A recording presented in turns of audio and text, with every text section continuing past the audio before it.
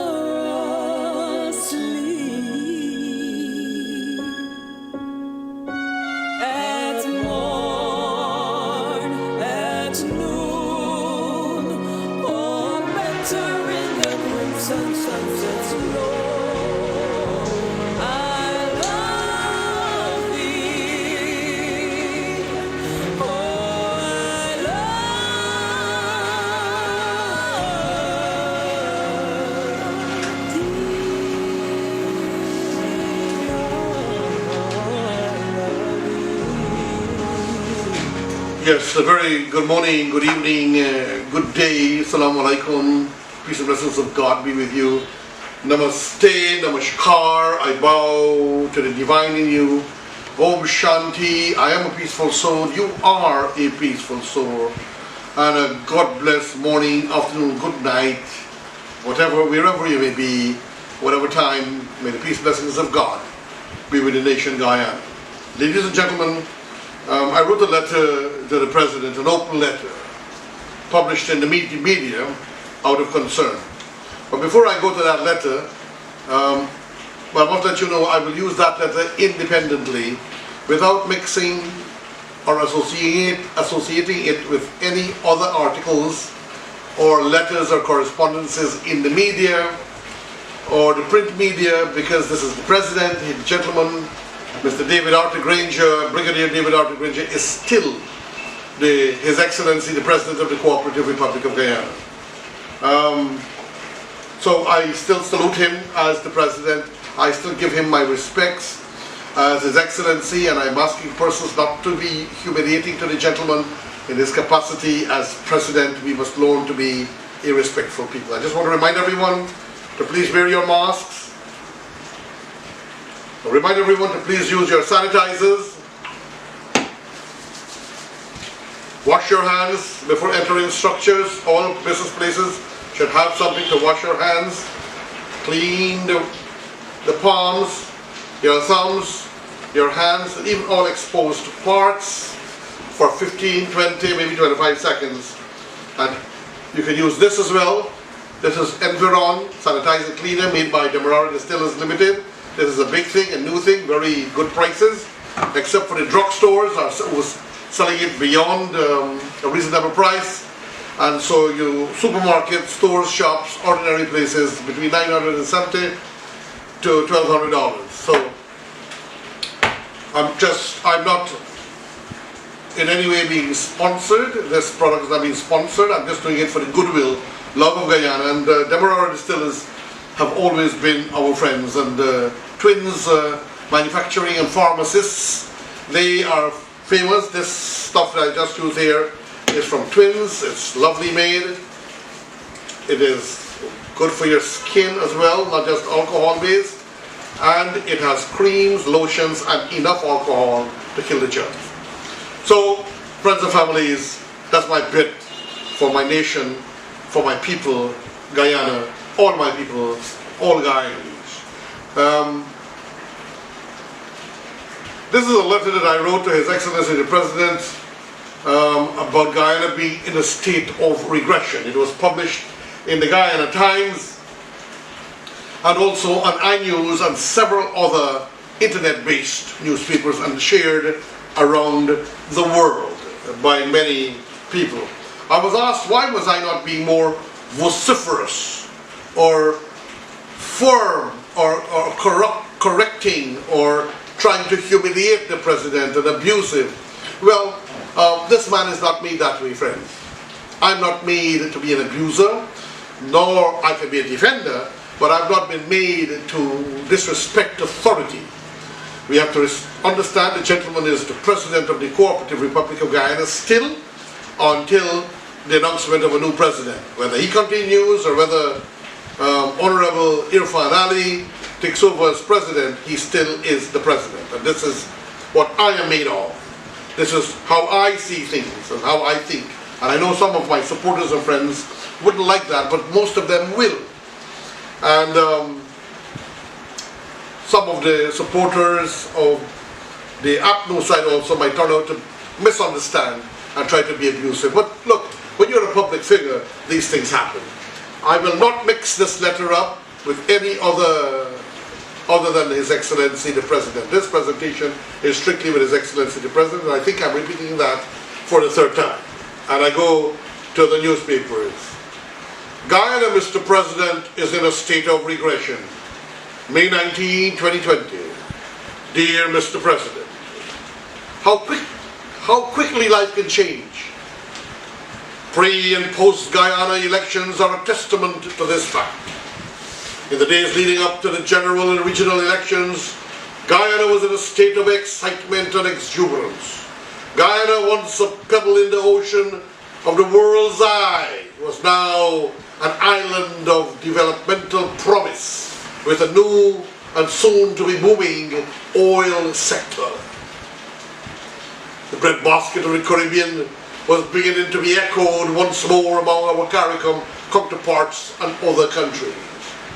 The nation grew with elation and hope for the prospect of a better Guyana. The Guyana our ancestors worked so hard to build in hopes that one day we could all live a prosperous life was finally at our fingertips. Business was progressing. People were investing. The United States was adopting us, and the other big countries were all embracing us with shared excitement. Our sister nations in the West Indies in particular were even more thrilled of our prospects as they too could have enjoyed our vast oil opportunities in the form of employment and investments. However, Mr. President, this all changed post-election. We now find ourselves in a state of confusion, pain, and undue stress that is triggering much distress, depression, and anxiety. Our country is deteriorating into a dark abyss caused by political madness and desperation for power. Dark clouds of uncertainty have cloaked the nation, and the prevailing COVID-19 pandemic makes it all the more overbearing. It is my opinion that the US would have held us on their shoulders as a great protectorate and a partner for growth and grandeur, while making Guyana an example to show how friendship and partnership would lead to the growth of a nation. But now, Mr. President, business and the economy have become waysides of failure and pain. Most have lost faith in our political leaders and they seem to not share any interest whatsoever of investing in the country. It is sad to note that all the goings-on are pointing out that Guyana will enter into a realm of total degradation and shame. Writing this letter to you, sir, because I think that somewhere in your heart, your patriotism and love for this country supersede the mere need for political power, control, and administration of the wealth of the country. I'm worried because there are a set of people within your party and government who are self-seekers of aggrandizement and wealth. Call it what you may. They have their alliances of their political team, finances, and such acolytes that are all together going to bleed this country and bleed the souls of the people, thereby causing total mayhem and destruction. I can honestly say, and I know that many will concur with me, that these elections have certainly been one of the worst times in the history of our country. It has been a time of great distress, uncertainty, scare and fear, a time of total error. The shenanigans of post-Guyana elections have made us an international disgrace, whereby we are being looked down upon as a pariah nation. For it is unheard of that after 2 months of an election, fair, decent and transparent results cannot be pronounced. Then there is Mr. Vincent Alexander, who indicated that they do not have to accept the results of the recount, as if he is the spokesman of JICA. Further, the fact that the Carter Center and international observers are being blocked from coming to Guyana has already put these observer nations belonging to the club of democracy to start working on sanctions as soon as the swearing-in takes place. I want to ask you, Mr. President, look at Venezuela. Do you think Venezuela can return? Tell me, what do you think? Well, people have gone into criminality and bestiality. Return. Look at how the people have scattered. How sad it is that we are regressing to the 70s and the 80s, when some of our women were involved in the trading of unsavory body parts to bring in goods to sell to this country, and all kinds of immoralities were taking place. Imagine if we are to move into a realm like that, where, yes, our oil money will be sold, but the government cannot touch the money.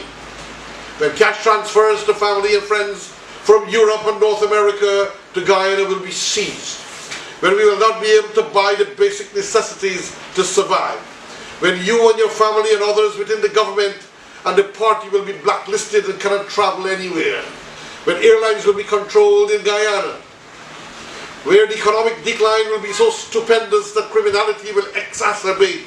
When such criminality that I do not even want to mention here, for which we are not even famous for, will become the harbinger of evil and fear in the hearts of our peoples. Is this what you want for Guyana, Mr. President? This humano-political virus has been unleashed on our people with the obvious.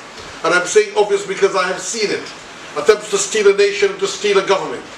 I tell you, Mr. President, it hurts me to mention these words to you, because personally I like you.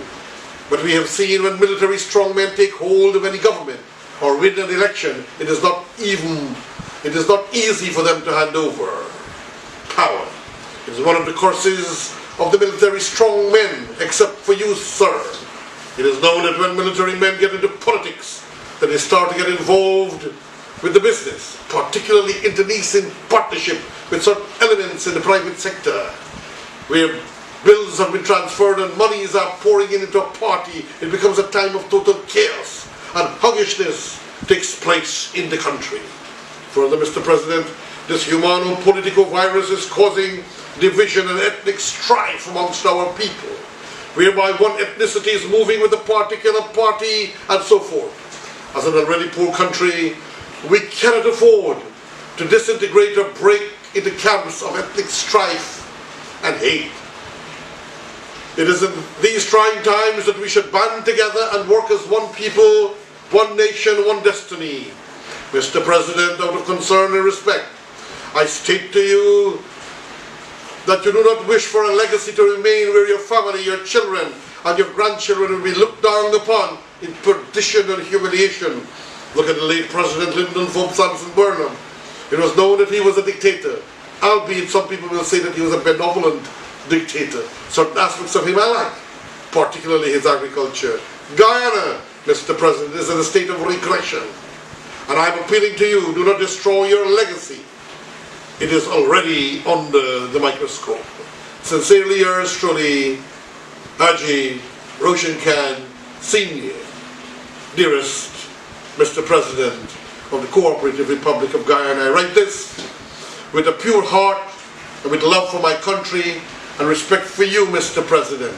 I ask you to do the right thing. You are saying you will do the right thing, but it is already known from the SOPs and the fact of the internecine conspiracy with Claremont Mingo presiding officer, and others at GCOM that there was shenanigan and deceit planned. Mr. President, please leave your legacy clean and honored. Yours truly, Haji Roshan Khan, saying thank you, friends and families around the world, for listening to this presentation of on RK's Guyana Free Media, an open letter to His Excellency the President of the Cooperative Republic of Guyana. I thank you and farewell, friends. Sun-kissed